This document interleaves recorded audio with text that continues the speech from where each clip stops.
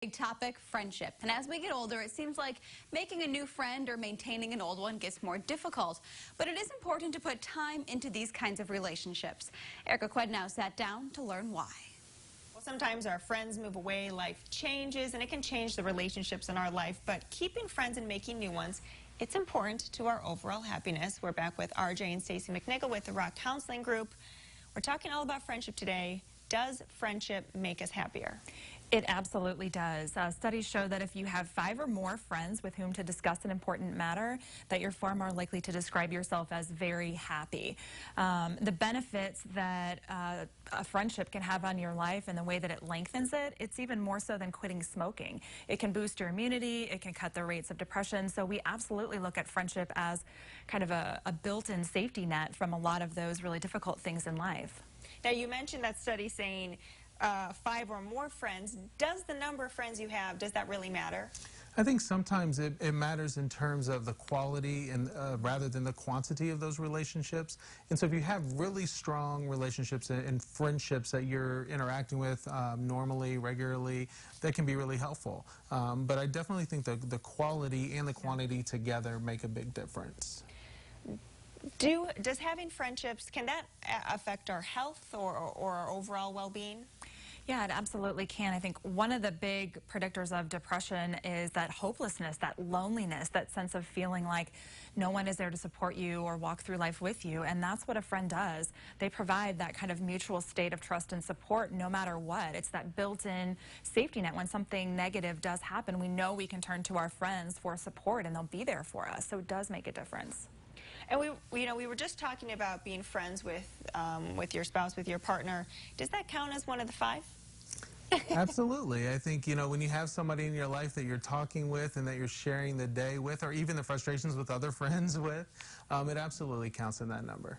What are some of your tips on maintaining friendships? Because life gets so busy. We're all caught up doing so many different things. How can we maintain friendships in our life? Well, I think the first thing that you said is extremely important, that time is one of the reasons that people really they have a difficult time maintaining friendships. And so some people would say, social media has kept us from talking with each other. But for those who really struggle with time, maybe you're busy, you have kids, it is a way to connect on a regular basis with people. And there are studies that talk about that if you interact with someone just even every 6 weeks, that can maintain a strong friendship as well. So social media can be a benefit in that way.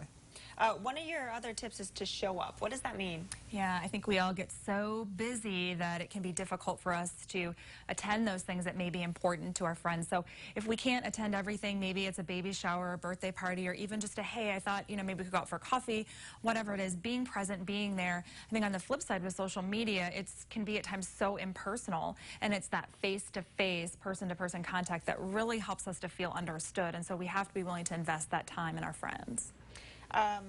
You have the tip to join or to start a group. So many times we say, I wish there was this thing I could go to, or I wish there was this place I could share an interest with.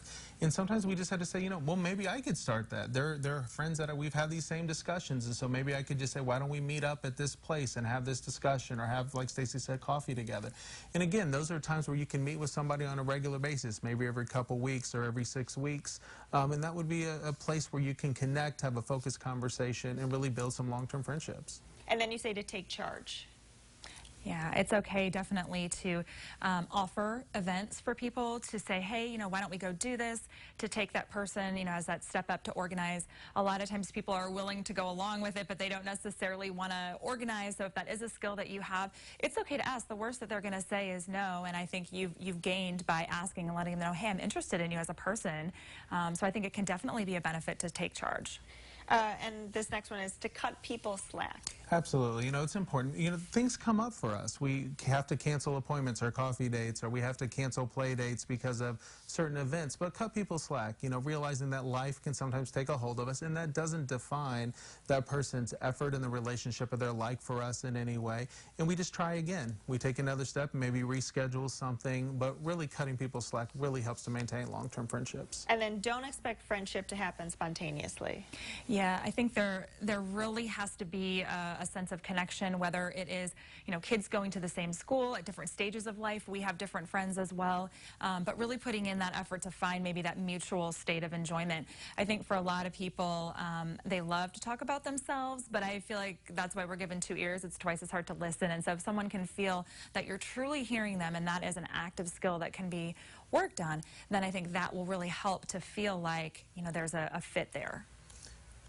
Is it harder for us to make friends or to maintain friendships as we get older? I think absolutely. When we talk about life adjustments and transitions, and we have to remember that friendships don't happen in these huge, giant, steps, that they take small steps and small interactions, and so they can be harder as our time and our commitments come up, but they have to be one of those. We have to be committed to developing friendships and committed to putting the effort into those, absolutely.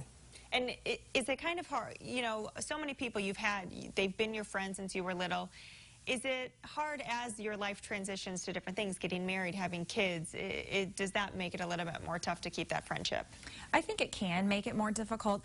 I always tell clients to look at it as the relationship is changing, but it has not ended. And so if we can look at that change as a positive thing, maybe it's a chance for you to explore your relationship in a way you hadn't before. If your friend moves to Seattle, wow, now you've got a great reason to go there. And so it can be an exciting thing as well. So we just look at that change as a positive. I think people tend to fear the unknown and fear change, and really it can be a growth place.